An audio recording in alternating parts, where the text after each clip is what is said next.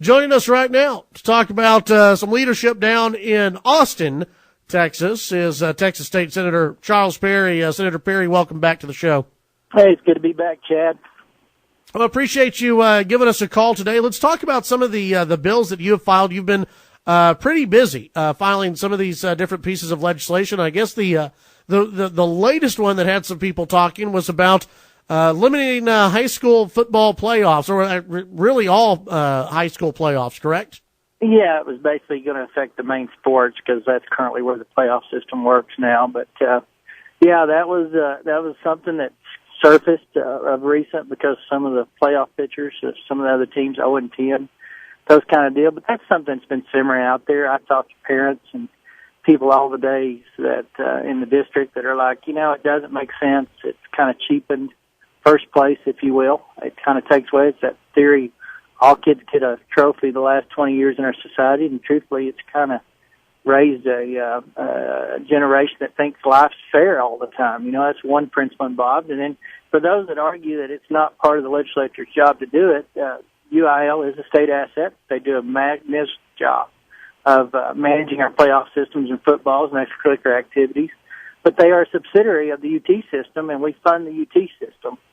So they do have direct correlation to some of the budget matters that we face. And more importantly, let me put it in real terms.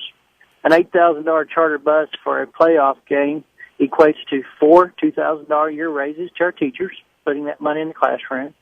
$8,000 charter bus in a playoff system equates to 16 computers at $500 apiece. And traveling around the district in my rural communities that are faced with some of those challenges as those playoff pictures occur, that's real money. There's some of these school districts out here that can barely do the $30,000 a year to start a teacher out. So when it goes down to the bottom line and on its baseline level, it's real money to the classroom if you really get to the end of the day. Is this about actually getting this passed, or is this about maybe putting some pressure on the UIL to go through? Because they could make the changes if they wanted to, correct?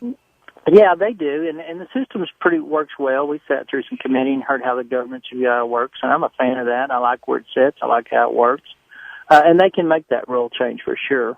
It's about a lot of things, and it's not just UIL, but, you see millions and millions of dollars of infrastructure into athletic facilities around the state, and at the same time, you got the same people upset about budgets and classroom budgets and school finance, and everybody comes to us and says we need more money for school, but yet we're having these decisions that impact the direct budget of the school district. So, it's just more of a global, bigger picture. Is this going to take hold and make legs? I tell you, as a public sentiment goes, response has probably been 75-25 that it makes sense to do it. As far as a legislature willing to take this up or needing to take this up, we'll see. I haven't been down there long enough and had people ask questions about it, but generally speaking, everybody I've met on the street say this is a good venue, this is a good road to go down, because it does redirect the discussion about what are we doing in our classrooms, what are we doing for our teachers, what are we doing for budgets of school districts that have been inflated from extracurricular activities. Probably people recognize just how much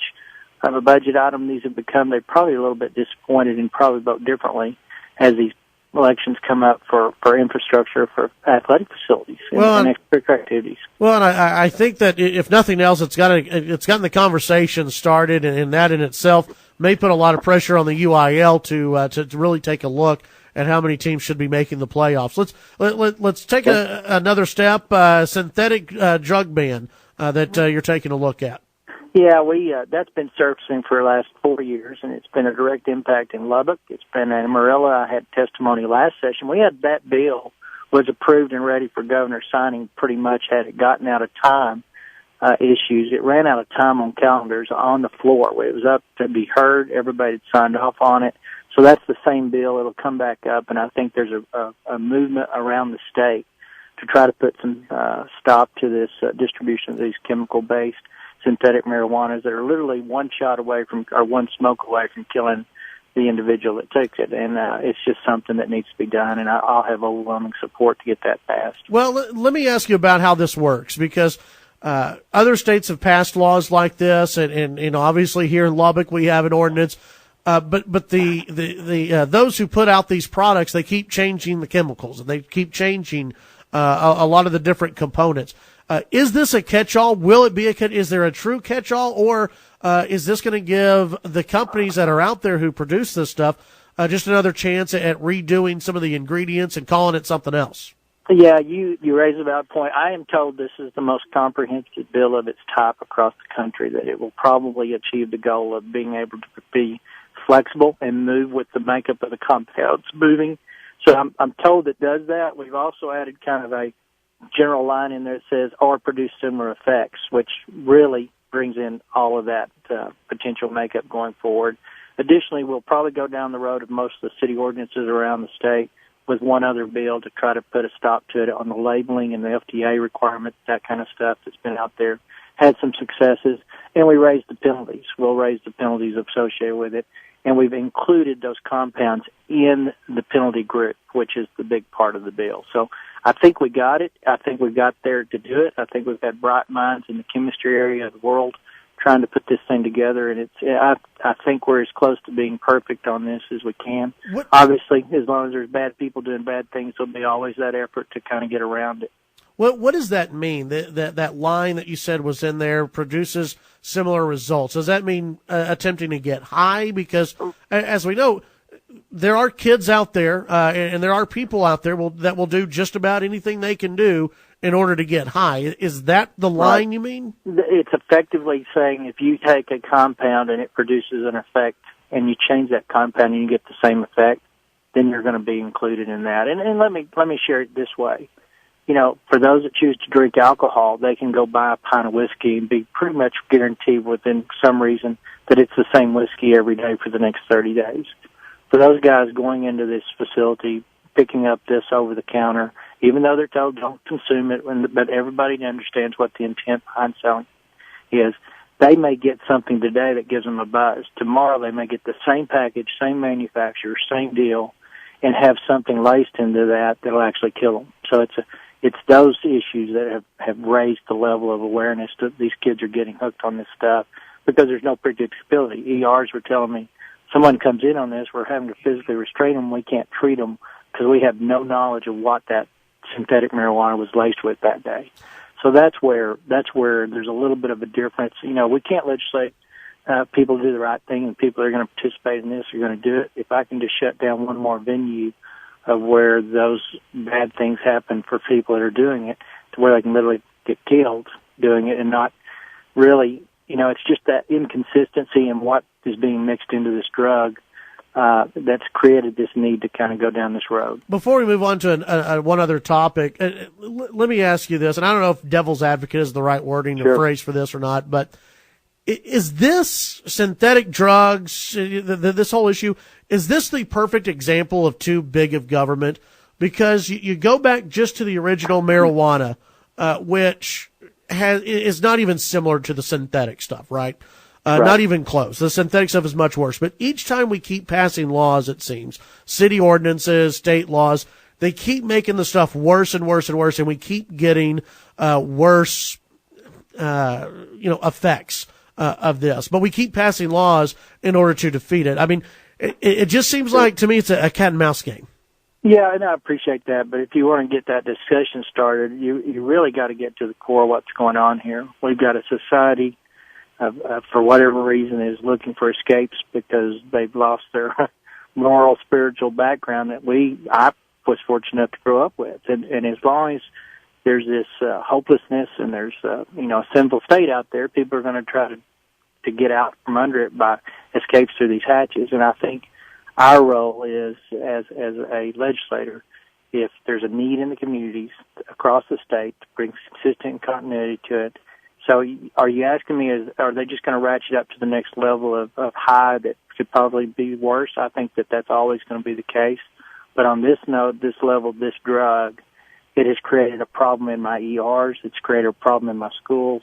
And it's created a problem where people literally don't know what they're getting from one day to the next in it. So I think it's good. But, if we want to go wide, if we want to go to the reason why kids are getting involved in this and people do these things, it's just basically a loss of moral conscience and hope. And there's a hopelessness out there that they're trying to fill with a drug. And I wish I could fix that, but I can't. But I can sure limit the use of the drug that they're choosing to escape from. I'd like to get into a couple more subjects, but I have to take the break. Can you stay on hold?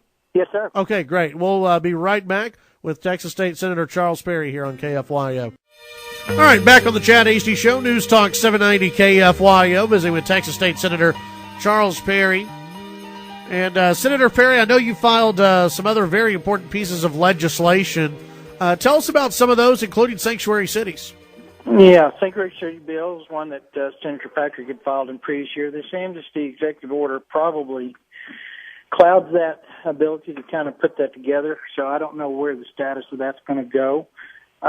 Fiscal bills, zero-based budgeting, population plus inflation, floor on the rainy day floor, so that as we have those surpluses, we spend, but we don't spend all of our savings going forward. Limit that to 5% GR. Those are just fiscal bills that make sense while we can. Big item of the day is Medicaid and health care. Truthfully, we've got to get a control around how we're distributing that indigent care, what we look at. We've got 2 or 3 options. I'll be filing some legislation that begins the process of how do we privatize some of those health care initiatives that we have in the state, requiring some federal interaction.